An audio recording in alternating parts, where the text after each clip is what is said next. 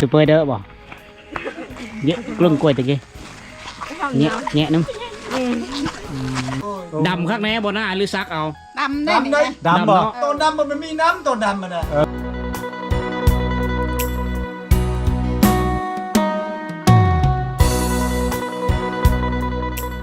กับทักทายสบายดีพ่อแม่พี่น้องสบายดี FC ทุกท่านที่กำลังติดตามนะครับชมเด้อการยินดีต้อนรับทุกคนเข้าสู่ชนบทอีกมื้อนึงนะมื้อนี้บ่าวสิหอมทีมงานชนบทสิมีเป้าหมายสิเดินทางเข้าไปคงเขตชนบทของเมืองบูรพาแขวงขโมนทุกคนเลยท่ามกลางบรรยากาศฟ้าหลังฝนมื้อนี้นะเพราะว่าวิดีโอก้อนเราเดินทางมาแต่ผ่านมาฮอดเมืองวิระฝนตกค่ำน้ำทางนะมื้อนี้มาเห็นวิวงามในระหว่างการเดินทางแต่นี่ไปหาพวกและเป้าหมายปลายทางเข้าสิไปนอนอยู่ที่บ้านหนองนิวทุกคนเมืองบูรพาเลยนะภาพธรรมชาติงามก็เลยเอามาฝากพ่อแม่พี่น้องเขาตามเคยมื้อนี้สิรีวิวเส้นทางไปเฮอเบิ้งว่าแต่บ้านลมปมไปหาบ่อนชูเฮาพักนี่เส้นทางมันสิเป็นเลยข้อก็ไม่ได้มาเฮิงกันได้นะมื้อนี้ก็เลยสิอัปเดตเส้นทางน่าจะมีขี้ตมแน่ลุยขี้ตมนะแต่ก็ธรรมชาติมันงามก็ถึงว่าฝนตกก็ย่ามันพ่อแม่พี่น้องก็เท่าได้เห็นในตาเราได้เห็นนั้นงามๆก็ดีเจอแล้วปะไปเลยลุยไปนำกันทุกคนบรรยากาศยามแรงแถวนี้คักได้ธรรมชาติงามวิถีชีวิตรีบง่ายแถวนี้ชาวบ้านคอยตั้งบ้านเฮิรนตามป่าตามดงนี่แหละท่ามกลางธรรมชาติที่งามโน่นเวลาฟ้าหลังฝนตกมาเขาจะได้เห็นสายน้ำฝนฟันตัวที่ตามผู้ผาต่างๆนี่คือจุดเริ่มต้นของการเดินทางพี่น้อง ชี้ได้โอ้โหไม่ก้อนฮะ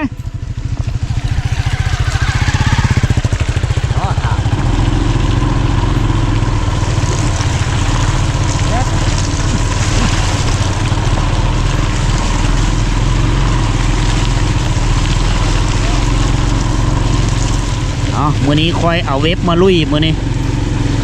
รถมีบากในฟ้ามันเฝ้าเฮิร์นก่อนสำหรับคอยเลี้ยวเป็นคนน้อยเอารถเว็บไปลุยนี่เหมาะสมที่สุดนึ่งมาน้ำหนักมันเบาไปง่ายมาง่าย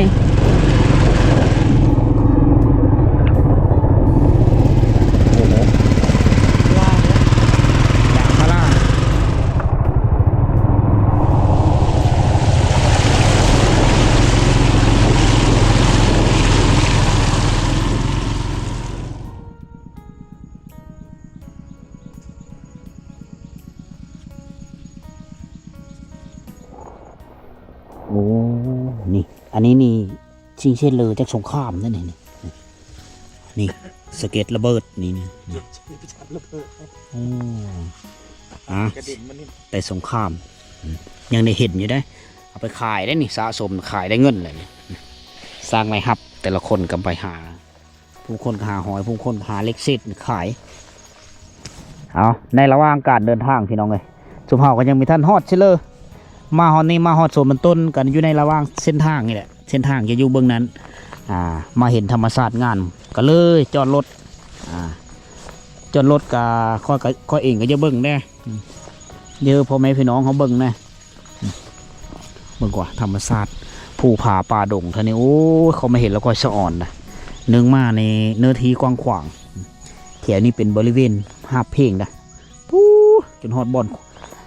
ผู้เขียวพอละฟ้าหลังฝนนี่มันจะแบบนี้เป็นเรื่องข้อจังมักมาเมืองบูรพาดูก็ย้อนความค่อยเห็นความงามทุกคนนะเบิ่งกว่าเขาเจ้าไถยกร้องแล้วปุมันต้นนี่งามขนาดเลยนี่ไม่มีบอนติดินแถวนี้อุดมสมบูรณ์ดินกสิกรรมดินปูกาแฟนี่งามดินแถวนี้ปูกาแฟปูมังแนงพริกไทยต่างๆมาปุมานัดมานี่ก็งามแถวนี้ปุโกยเห็นบอกโกยครับปุเพ่งตะโกนึง2 กอใบมันจะดำพี่ลึกว่ามันงามเลยเนื้อทีเขาเจ้ายังกว้างผู้ไปบริเวณเป็นป่าเนี่ยแต่เมื่อก่อนจะเป็นป่าไม้แต่เขาเจ้าทางไฮเชื่อแล้วเขาเจ้าก็บุกเบิกเป็นเนื้อทีทำการผลิตของเขาเพื่อปุมันต้นหั่นเป็นส่วนกสิกรรมหั่นเป็นส่วนมันต้นเพื่อขายเอาเงินทุกคนปุถ้าว่ามีแรงน้ำเฮ็ดนาก็ได้เฮ็ดนาแบบนาคันได อยู่นี่จะมีอีสานทางในสายหนึ่งเลยไปออกชมปูแถวบ้านเคบ้านเพลือบ้านมงสุมปูบ้านมงสุมอยู่เซิงนี่ทุกคน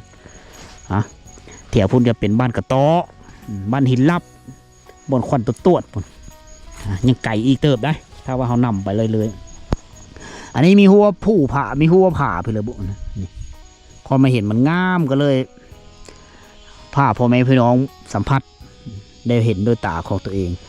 มันจะเป็นควันคล้ายๆคือน้ำเมาะในยามหนาวในยามเดือน11 เดือน12ควันตัวอยู่เทิงกะโซนเบื้องขวามือจะเป็นป่าหน่อไม้พุ่งไม้พางที่ชาวบ้านนี่ก็ไปหาเอาหน่อไม้มาเฮ็ดหน่อไม้ดองมาเฮ็ดหน่อไม้แห้ง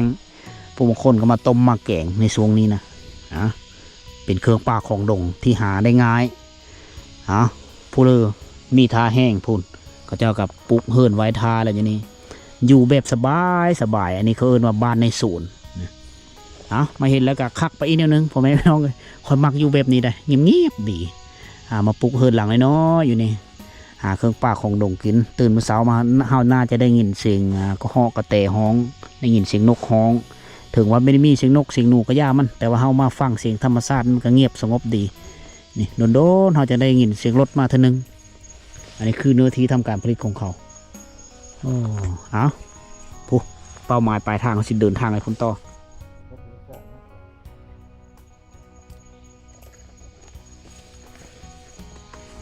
อยู่ในขอบเขตแคมป์ทางนี่นอกจากธรรมชาติที่งามแล้วยังมีต้นไม้สมุนไพรเลยทุกคนพืชชนิดนี้นี่มีหูว่าเขาจะเอิ้นไปเลยคอยจื้อตะเบอมันหญ้ายังนี่เขาเอิ้นเฮ้ย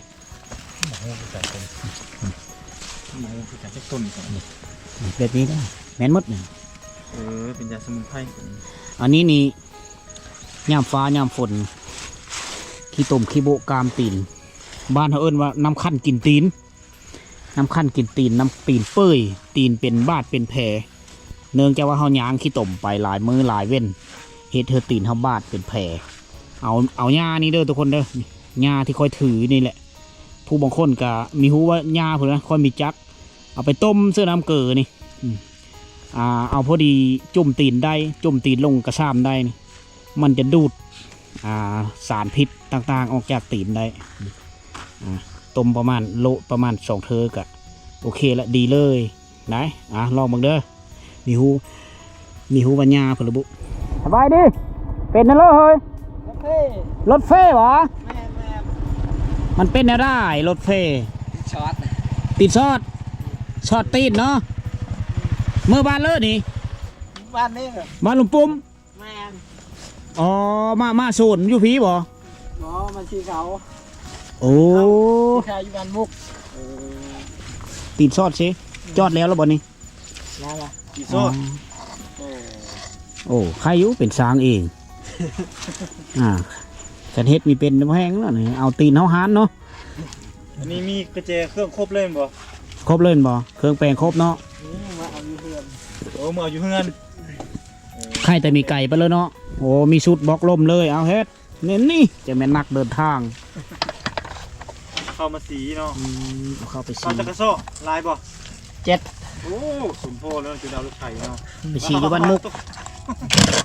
มันทางนี่เนาะนี่แบดรู้ละเอาไหมเดี๋ยวขี้ตุ่มใครยุ่เครื่องมือผมเนาะมือเอาอยู่เฮิร์นนี่แหละ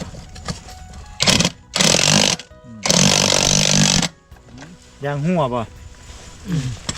คิดว่าซิงลายจนตีรถไทยโอ้ผมไม่เห็นที่ไตเนาะใครยุ่เนาะขามาเนาะผมไม่ขาไปเนาะขาไปพวกแห้งแล้วนักเข่าอีกเนาะทางหยาบสอบเท่าไรไปสีเข่าอยู่มั้งสอบ10,000โอ้สอบหนึ่ง10,000กันเลยเปเลยเอามาเบิ้งรถวิบากเจอทางแบบนี้มันสิไปยะหรือไปสบายเหตุผลที่ค่อยไม่เอารถวิบากมาเด้อนี่เด้อนี่เบิ้งนี่ขนาดประตูขาเงาได้นี่ได้ไปตามร้องเลยไม่ต้องขึ้นคู่มันลงห้อยรถไถเลยนี่ได้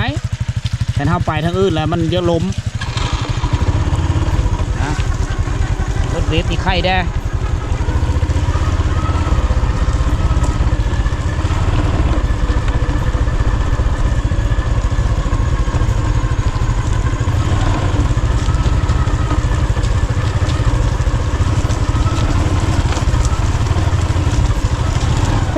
เป็นแนวได้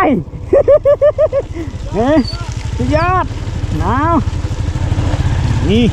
นี่แหละเขาว่าประจนภัยอ่า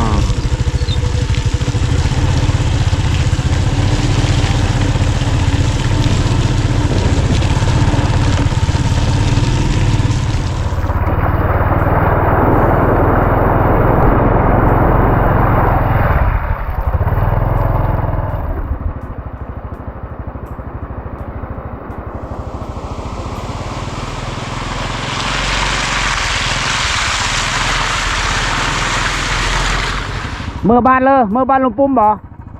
เออ คักเนาะทางยามนี้เนาะสุดเย็กเลย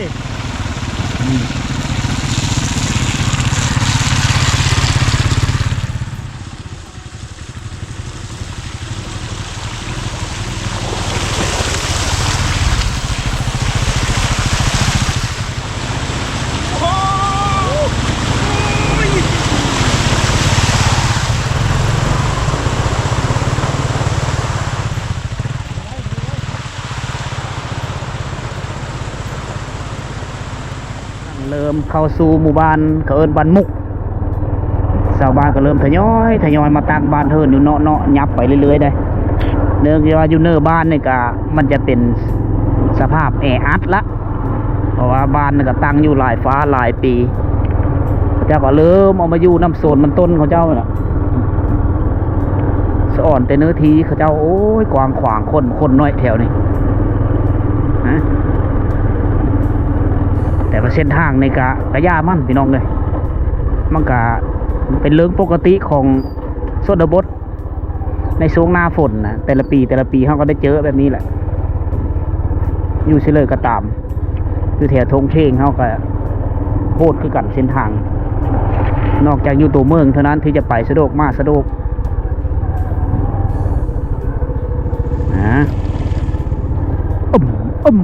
ฟ้าหลังฝนท้องฟ้างดงามเริ่มมีแสงแดดตอนแรงๆพี่น้องเอ้ยวันนี้ตั้งแต่เช้าๆมากะคืมฟ้าคืมฝนนี่ฮอดแล้วบ้านมุกเมืองบุรพาแขวงขมวนเขาจะอยู่กันแบบเรียบๆง่ายแบบนี้แหละเริ่มเกาะหานเริ่มตั้งเฮิรนแคมทางเขาเจ้าก็ได้โอ้โหสอนแต่ธรรมชาตินี่แหละพวกเราเป็นพญาติเจ็บเป็นใครมาเห็นนี่คือว่าดีเลยนะ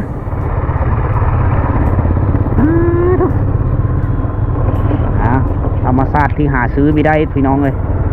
ถ้าว่าพวกเราจะเบิ้งก็ต้องสละเวลาเดินทางมาเที่ยวคือสมเฮาเลยแหละต้องได้เสื้ออย่างแข้งฝนมาขั้นฝนมีตกเราจะไม่ได้เห็นได้แบบนี้นะเมื่อเลือท้องฟ้ามันแดดนี่เราจะได้เห็นแต่ภูผาป่าดงนี่แหละเราจะไม่ได้เห็นทะเลหมอก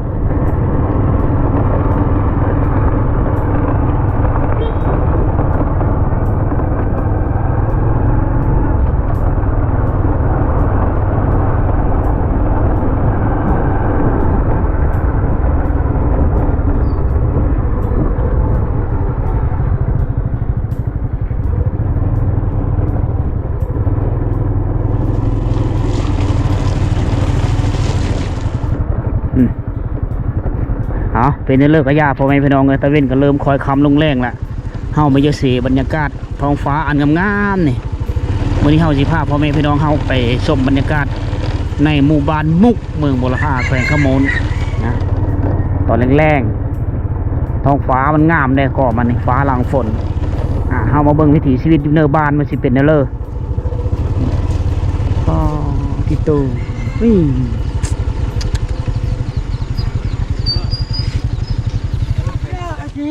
จะไม่แบะเลยไม่ตาตัดรอไม่ใช่เจ้าข้อเนี่ยไม่เป็นหรอเป็นนางเอกก็เฮาเลยมันแม่นางเอกไปจังอันนี้เฮิรนบ่นี่บ่เฮิรนเจ้าลูกสาวเจ้าเนาะ2 คนเนาะหลานบ่หลานบ่ลูกสาวนั่งสังบุลืมเลยใช่พุ่นใช่พุ่นไปแลอะไรชาวไงเด้ลงมานี่ลานเพิ่นเนี่ยลานเนาะไปนะก็ครบอีกคือเก้าสีนึ่งเข้าบ่แม่ตัดฟืนสีนึ่งเข้าบ่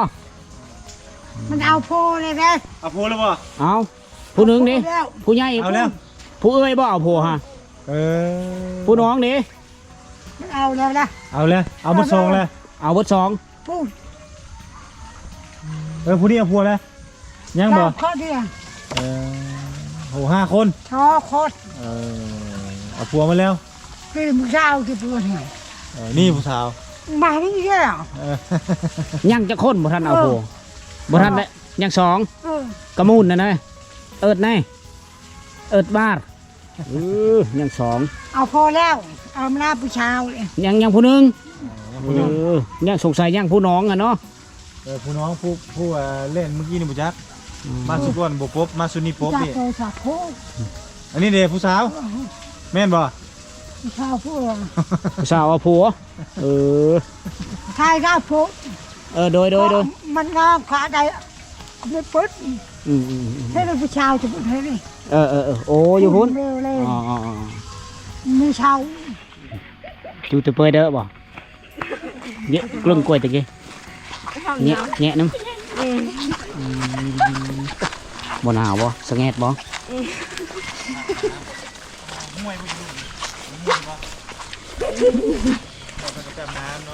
เฮาสิพาพ่อแม่พี่น้องเฮาแวะชมวิถีชีวิตอยู่ตามเทงไห้เทงหน้าแถวนี้แหละน้ำไหลสับสะพาดอยู่นี่โตเขาเจ้าปักดำหน้าเข้าหน้าปีแล้วเรียบร้อยแถวนี้นะน่าจะนอนอยู่หน้าเลยเด็กเบิ่งกว่าเขาทำไม่ได้เสื้อผุยได้นี่เด้ก็จะไม่ได้เสื้อผุยเขาก็ยังงามสำนี้ที่ซีแลวิสัยทัศน์คนผู้ไทยเมืองโบราณผ้ามาฮอนแล้วก็ปุต้นมะขามสลดตามหัวไฮปลายหน้าอยู่พุ่นต้นนึงก็สะดวกสบายแน่เด็ดเอายอดมาต้มเสื้อปูเสื้อปลาเสื้อแตงยูโคกินหน้าตัวนี้น่าจะบุกเบิกมาได้ประมาณ 2-3 ปีผ่านมานะมันยังมีโน่นมีเพื่อมันยังมีทันห้าเพลงอ๋อ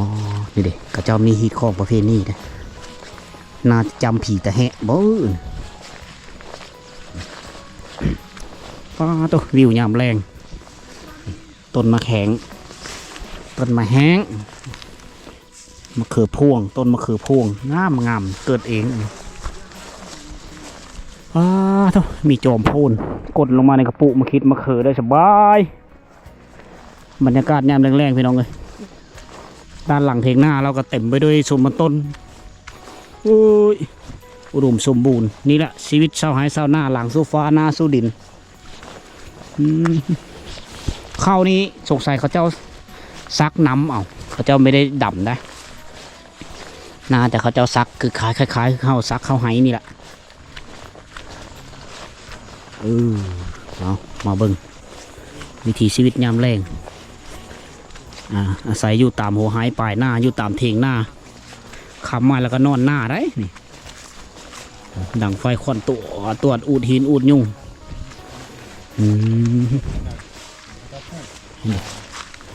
ปูผักโบอยู่นี่เลยอันนี้บ้านวานไฟสมุนไพรยาพื้นเมืองลึกแกเอ้ยหมดเมื่อบ้านบ่เมื่อแล้วเขาทำเมืองมาเขาโทรมาเขาไว้เบียดขึ้นมานอนบุรี ไว้ยังนอนเที่ยงเป็ดข้าวโต เขาโทรมาตั้งแต่เช้าเงินมาแล้วก็เขาท่าอยู่เพื่อน เขาท่าอยู่เฮือนละ บ้านชวนขออนุญาตได้บ้านหยุด ขออนุญาตเด้อ ปิดโทรศัพท์ปิดหน่อยหนึ่ง ปิดเพลง ในบ้าน ในบ้านเนาะ ได้เหมือนโอเคปั๊บมุซิกมัน ปอ มันมักเบิ้งตอนแรกเบิ้งรถมันมักเบิ้งขนาดบ่ เบิ้งอยู่โทรทัศน์บ่ เห็นตลอดเลยบ่ เป็นตลอดเลย สององค์นี่เนาะสององค์นี่เห็นตลอดเลยบ้านยางบ่ เบิ้งบัดยางหูเลยเนาะ เป็นบ้านยางแล้วแม่นเลยเนาะ ดำข้างในบนหน้าหรือซักเอา ดำได้ไหม ดำบ่ ตอนดำมันมีน้ำตอนดำมันอ่ะ ปีนี้เป็นน้ำถึงไปมัน น้ำมันออกเมื่อแถวนี้ตะกี้ ปีกายนี่เป็นน้ำช่มปีกาย ของบริกิน ฝนตกแห้งปีนี้เป็นมีตก ปีนี้ฝนบ่ตกเนาะ จะน้ำมีทั่ว ฝนมันบ่ตกบ่ถึกตามฤดูกาล แม่นแม่น บ่คือปีกายนี้ น้ำบ่ทันออกบ่อปีนี้เนาะ แม่น ความหมายก็คือปีนี้มันยังบ่ทันอิ่มน้ำ โอ้ยนี่ก็ยังดีบ่ได้ดำชำนี้ ดิน ธรรมดาได้ทิมแล้วนี่ อันนี้คือว่าดินยังบ่ทันอิ่มน้ำ แม่น แต่ว่าถือว่าโอเคแล้วนี่ เออ ตามทางมานี่ยังดำกุ๊บอยู่แถวนั้น บ่ยังอยู่ เจ้าเข้าเขียวแล้วเข้า เจ้าง าม เข้า นะ เขียวเข้างามแล้วโอ้ได้กินอยู่ดอกนี่เศร้าดนแล้วบ่นานี่ ประมาณ10ปลายปี16 โอ้ ปี 10 ปลายปีแล้ว ว่าช่องปีนี่เอ็ดเลยปะเลย5 ปี ปะ4-5 ปีกว่า โอ้ความหมายหา ปะ กั มันต้นนั่นนะ เออ เละนะ เก่าปูมันเชื่อ แต่ก่อนปลู บ่ กมันต้น บ่ได้ปลูกมันดินนาอยู่แล้วเฮ็ดมันบ่ดื้นเลยบ่ได้คุณพ่อเรื่องน้ำ โอ้ความหมายคือเฮ็ด สวนมันอย่างเดียว ชวนมัน หลังจากนี้มาก็เลยว่า2 ปีมานี่ก็เลยพากันเฮ็ดนาพร้อม ทุนขึ้นหน้า ทวนคืนพร้อมเนาะคือเราบ่ต้องนี่เนาะก็เลยกลับมาเฮ็ดนา ปีกายนี่เอ็ดก็มีแตกปีกายนี่เอ็ดช่องโฮชำโฮชื่อ ได้เป็นร้อยปลายพี่บ่ ปีกายนี่ ชอบ ชอบปีกาย เฮ้ยเฮ็ดจะให้ในสาย70นั่น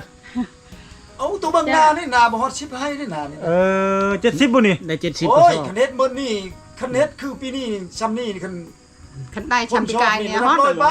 คันยันบ่ได้ชำปีกายเนี่ย มาพ่นบ่ชอบนี่เขาโทรมาเลย พี่น้อง เอา ฮัลโหล คันนั้นนั้นพักกันนอนหน้าแล้วมื้อนี้เนาะ ว่าจะงอนหน้ามึง เอาดิน้อยไปรับรถไทยดีกว่า ดังไผดังพูนเลย ดังไฟดังฟืนอูดหินอูดยุ่ง รถไทยทางเมียทางซ้ำนี่ เบิ่งกว่าศูนย์แล้วนะ น้อยมาแล้วว่าเอารถไทย เอาถิงอันยังพอบ้านเพิ่นนี่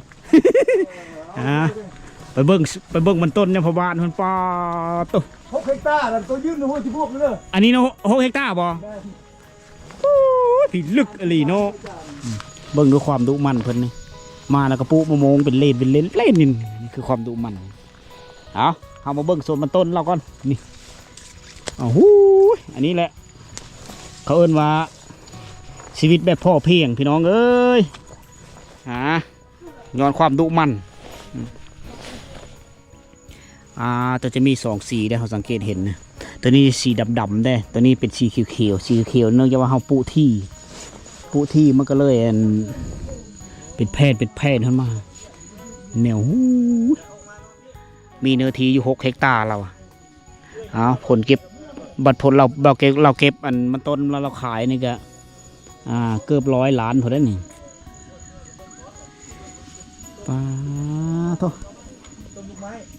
อันนี้แหละชีวิตแบบพ่อเพียงพี่น้องเอ้ยเนื้อที่กว้างขวางซ้ำสิเฮ็ดเขาเจ้าไม่ได้ปะเนื้อที่เป้าว่างนี่ทิมไปละส่วนเมืองนี่เขาเจ้าเฮ็ดหน้า70 กระสอบได้ปีกายนี่ปีนี้ประมาณ100 ปีนี่เราฝากดำคักแน่ปีนี้มาอยู่ตามไห้ตามหน้าคักเลยนี่เห็นบอกเขาจะปุไว้กินหน่อไม้นี่ทีไม้จังไผ่นี่หอดยามนี่มากก็กินมาเลย ว่าสิเก่งแต่มูโทรเลยด่วน หน่อไม้ตังไผ่บ้านเขาเอิ้นไม้ตังไผ่คักแกงกินเสื้อปลาแดะเสื้อกระปูแดงโคตรแซ่บเลยหน่อไม้ตังไผ่เก็บสิเฮาบ้านนี้เนาะ เกี่ยมแล้วมันเล็กน้อยไปเอาเลยรถไทยของ รถไทยมาเอานี่แม่นบ่ โอ้โหช่องชายเลยทางเมืองโทรนี่ แต่แสงมาเนาะ แม่มาเลย นี่แหละเป็นพ่อบ้านมื้อแล้วบาทนี่ โอ้นักชาติเบ้อเนี่ย แม่นแล้วเนาะ นักชาติเบ้อนี่ เบิ่งดู เครื่องมือหัตถกรรม นักชาติ ยอมรับแล้วสุดยอดเลยเครื่องมือหัตถกรรมตำหูกเพิ่นนี่พี่น้องทางเป็นในบ้านนั่นนี่เนาะ กระยัง เข้ามาในบ้านแล้วเก่งทุกอย่าง อันนี้ยังบ่แล้วตัวนี้นี่ กระย่างนี่พี่น้องนี่ งามเนาะเอาตี สุดยอดเลยเหลือง ไม้เลยไม้พุ่งบ่ ไม่พุ่ง ในพุ่งนี่เนาะ แม่น เฮ็ดคล้ายบ่เจ้าเฮ็ดนี่ บ่ลูกหลานชายบ่บ่ โอ้ ปันลูกปันหลานยังมีครู บ่บ่ ยังมีครูลูกหลานเนาะ สามมื้อนึงนี่ได้จักหน่วยนี่10ล้านเกือบ 50,000กว่าบาท ไถเลยมาเอารถแท็กเตอร์มาไถเลย 3 คัน4 คันมือหนึงเขาเฮ็ด เรียบร้อยเลย เราเคยจ้างเลย ตัวนั้นนี่ จุดเริ่ม 16 ต้ ล้าน นจุดเริ่มต้นคือเฮ็ดปีละน้อยปีละน้อย แม่น เฮ็ดมาระยะหนึงได้4 ปี พอไวแล้วมันลา บ ย ดโหงมันเลยเนาะ จะคนมาเฮ็ดซอยกันลูกหลาน หลายเลย ได้ หลายเนาะ เอาแต่ละคนอยู่อันนั้นลูกหลาน เอาแห้งเดียวได้ลู บ่ กหลาน คนอยู่อันนั้นลูกหลานอยู่อัน อ๋อเฉพาะคนในเฮือนเลย เนี่ยเฮาปีนี้ชมร้อน อยู่ในออมแอมบริเวณเถียงแล้วเนี่ยก็จะมีต้นเพลินนึงกับต้นไมดูลายต้นมะขามมะม่วงไม้ทั้งไผ่ไม้ฮุ ไม้โหนี่ก็เราก็เอาลงมาแต่ภูนู่นนี้เอามาปุอยู่แคมเถงนี้เพื่อสะดวกสบายนั่นการเอามาเป็นอาหารเมื่อเรื่องนี้มีของกินเขาเจ้าก็กินยอดมันต้นนี่อาหารการอยู่การกินมันมีอึดทุกคนเลยหน่อไม้เราปุกะมันเป็นโป่งนอมากเขาเจ้าก็หักไปต้มเด็เราขยายปุไปล่อไปตามสูตรเรานี่แม่นเมิดเลยเมื่อก่อนมันต้นเรางามปุอยู่ภูเขาเจ้าไทยข้างในได้มีหูแต่ว่าย่างไปก็ไม่ได้เรื่องความงามเรื่องมันตีบเรื่องมันหนาทุกคนต้นไม้เปยเอาไฟอูดมันเดี๋ยวเขาก็จะนำไปเฮ็ดไม้ปลูกสร้างเฮ็ดเฮิรนเฮ็ดซ่านเฮ็ดทิ้งให้ทิ้งหน้าได้สบายโอ้มาเฮ็ดละสะอ่อนเขาเจ้าทุกคนเลยใช้ชีวิตแบบพอเพียงเลยอยู่ตามโฮไฮปลายหน้ามันเงียบสงบดีอยู่ทิ้งนอนทิ้งสองเท่าตายายโอเคทุกคนเลยอันนี้คือการเดินทางระหว่างมื้อนี้จุเฮาเดินทางมาแต่เมืองนองมาตุกมาแต่เมืองนองคอยมาแต่เมืองพีนมาเจอกันอยู่ที่เมืองเซโปนก็พากันโฮมกันเดินทางโซลายก็ไปกัน2 คนนี่แหละนะพาพ่อแม่พี่น้องไปเที่ยวชมหมู่บ้านต่างๆอยู่เขตชนบทเก็บกำเอาเรื่องเล่าวิถีชีวิตของบรรดาชาวลาวในชนบทโดยเฉพาะคือพี่น้องชนเผ่าบรูแด่โดนบางเทอกับชนเผ่าบุไทยนะถ้าว่าเมื่อมาแถวเมืองวิระบุรีเนี่ยจะเป็นชนเผ่าบุไทยหรือเขาสิไปแถวเมืองอาสะพรเมืองอาสะพรก็คือนะเขาไม่ได้ไปแต่มาดูคือเขตเมืองโบราพากับเมืองสมุยหรือเมืองนองไปเลิกเขาจะมาดูเขตนี้ย้อนว่าเยอะค่อยมักในธรรมชาติมันงามนะเวลาน้ำหน้าฝนมันแห้งงามปะสำหรับวิดีโอนี้มันค้ำมันมืดเท่ากับชิไดโจคลิปอยู่ที่เถียงหน้าอัญญาพบานเพิ่นนี้ก่อนทุกคนเลยหวังว่าวิดีโอนี้จะมอบความสุขกับทุกคนทั้งบ้านความรู้เล็กๆน้อยๆทุกคนคือพบานเพิ่นเฮ็ดนี่ก็อยู่เทินทีหน้าเรานี่คือบ่งบอกถึงว่าเราเป็นคนดุมั่นนะผ้าเฮ็ดผ้าสร้างผ้าลูกบานเฮ็ดนะมีให้มีศูนย์นี่ถ้าว่าเฮาดุมั่นอยู่เสลอก็มีทุกทุกคนเลยเฮาต้องได้เฮอเทแห้งต้องได้ทุ่มเทสติปัญญานับตั้งเฮอแห้งลูกหลานผ้าลูกผ้าหลานสร้างสามันต้องได้ทุกคนนะได้ดีมีเนื้อที่ป่าแล้วก็ปรับปรุงจากป่าเฮอมาเป็นทงหน้าเฮอมาเป็นโซนมาต้นก็ได้แหละทุกคนนะซ้ำนี้แล้วความสุขของชีวิตพบกันใหม่ในวิดีโอต่อไปลืมอื่นเสาไปก่อนบ๊ายบาย